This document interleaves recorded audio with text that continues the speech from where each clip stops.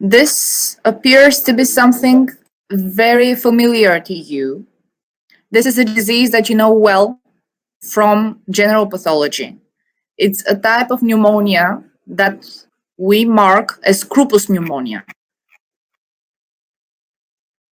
What is the nature of crupus pneumonia? What did it affect? A lobule, a lobe, or a whole lung, eventually? What was the idea of crupus pneumonia? It is diffuse inflammatory reaction, which is filling the alveolar spaces with inflammatory infiltrate, which is rich in a couple of components. Can you count these components?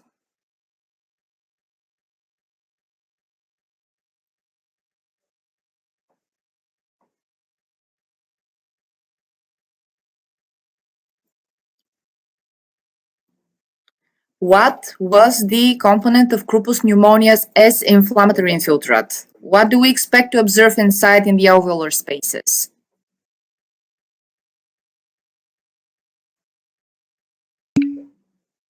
Fibrin, great. Also,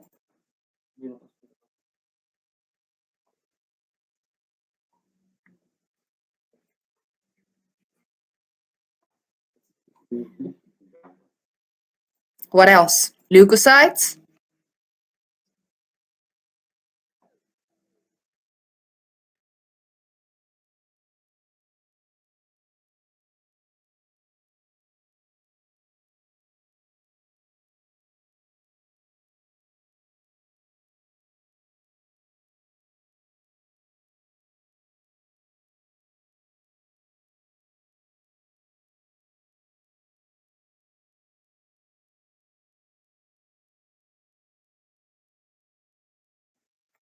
So, fibrin, red blood cells, and white blood cells. Leukocytes, erythrocytes, and fibrin. Those are the three components that we expect to see inside in the alveolar spaces.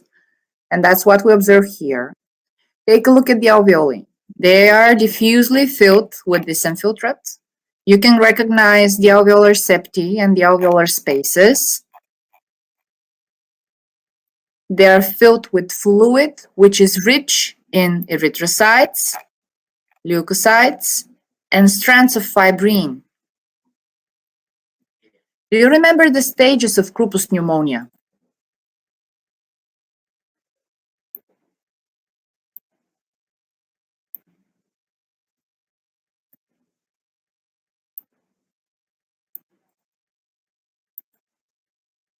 What does the term hepatization mean?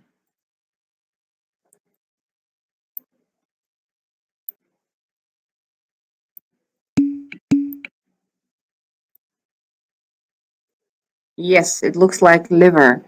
Gray antler resolution. Great. So that's completely correct. We observe usually stasis, blood stasis, then red hepatization, then gray hepatization, and then resolution of the process. What could be the resolution finally? What is the exit of the process?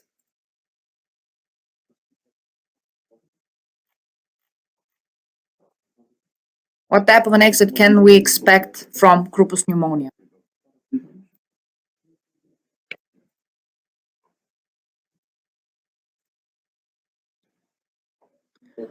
Okay, healing.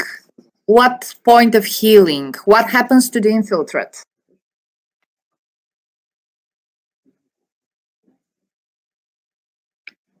It's absorbed. Okay. And what type of fibrosis do we expect? How did we call it here?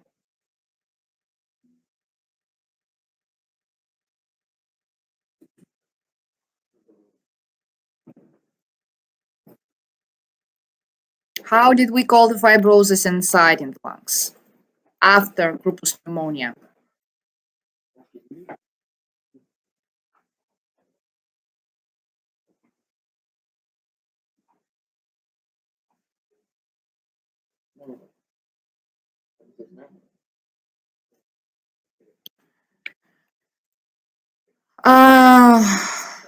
It's lost, the slide. Sorry, guys. I will share it again. Yes, it could lead to pleural adhesion.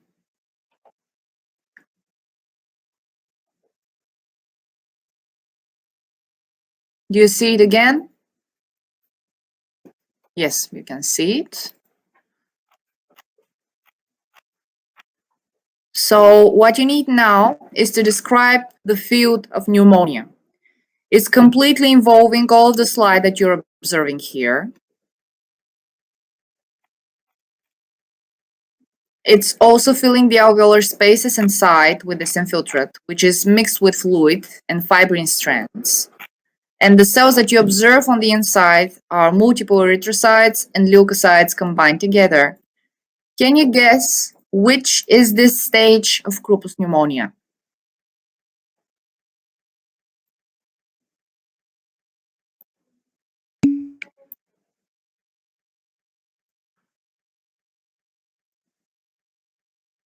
Yes, some transitional stage in between red hepatization and gray hepatization. That is completely correct.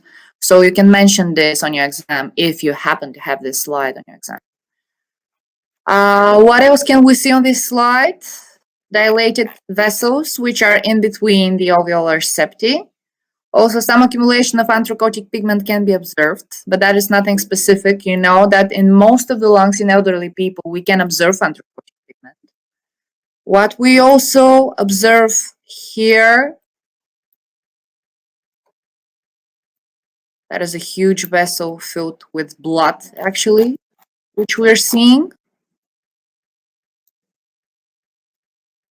I'm searching for a bronchus to show you if I can. No such here this slide. So majorly everything diffusely filled with inflammatory infiltrate, which is also happening to be consisting of all of the three components which we mentioned. Some portions of anthracotic pigment in between the alveoli, alveolar septi, and there is a bronchus. Bronchial epithelium here, respiratory epithelium observed, ciliated. Also some desquamated epithelium inside in the lumen of the bronchus, also filled with this inflammatory fluid rich in erythrocytes and leukocytes, neutrophilic leukocytes. What is the special staining that you can perform here to prove that there are fibrin strands? One more bronchus here. And cartilage, of course, hyaline cartilage next to the bronchus.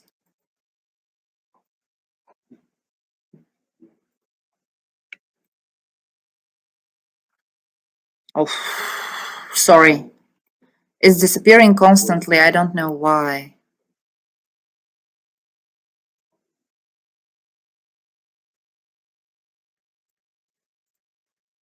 You see it now.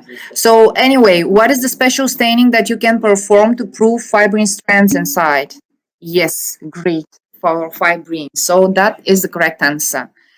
Eventually, what you're going to be asked here would be short classification of pneumonias, gross and histological type, whether it's affecting different places inside in the lungs, or it's affecting a lobe or a lung or a small lobule, or it's at the form of lobular pneumonia. You should be able to make the difference and explain it to the professor. I think there is such question in your conspectus, so you should be well prepared about pneumonias. So, finishing with this one,